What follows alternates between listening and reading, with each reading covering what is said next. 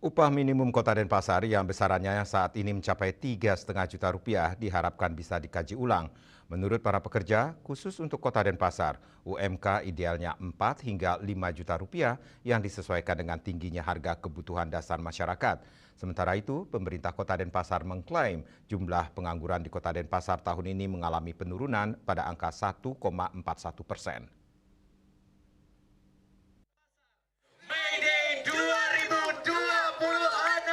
Wakil Wali Kota Denpasar IKD Agus Arya Wibawa ditemui di sela-sela peringatan Hari Buruh Internasional di kawasan Pantai Sidekarya Jumat pagi mengatakan, angka pengangguran di Kota Denpasar di tahun 2026 ini dinilai mengalami penurunan signifikan, yaitu di angka 1,41%.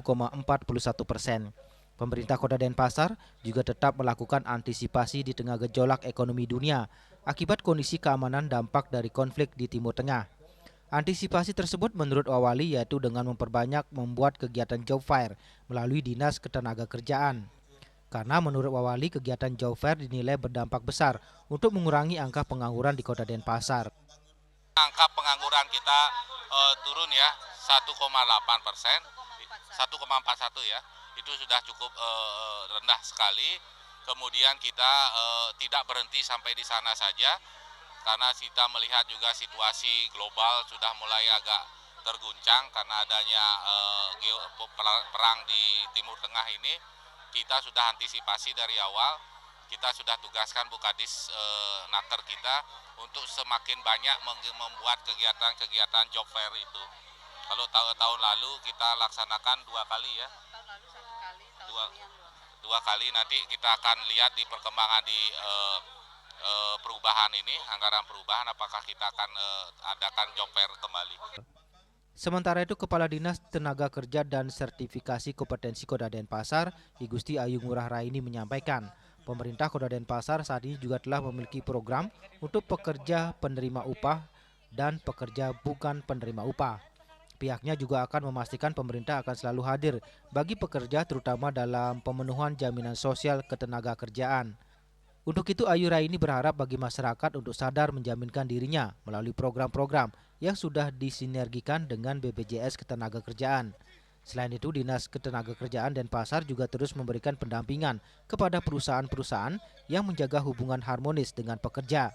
Kami di Kota Denpasar punya program terkait dengan bukan hanya untuk pekerja penerima upah, tetapi juga untuk pekerja bukan penerima upah. Oke.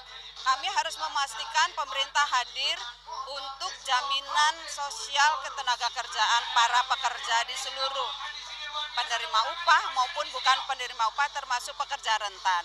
Pekerja mandiri itu kami fasilitasi dari pemerintah Kota Denpasar. Sementara itu salah satu pengurus unit kerja Denpasar berharap UMK Denpasar untuk segera direvisi dan dikaji ulang.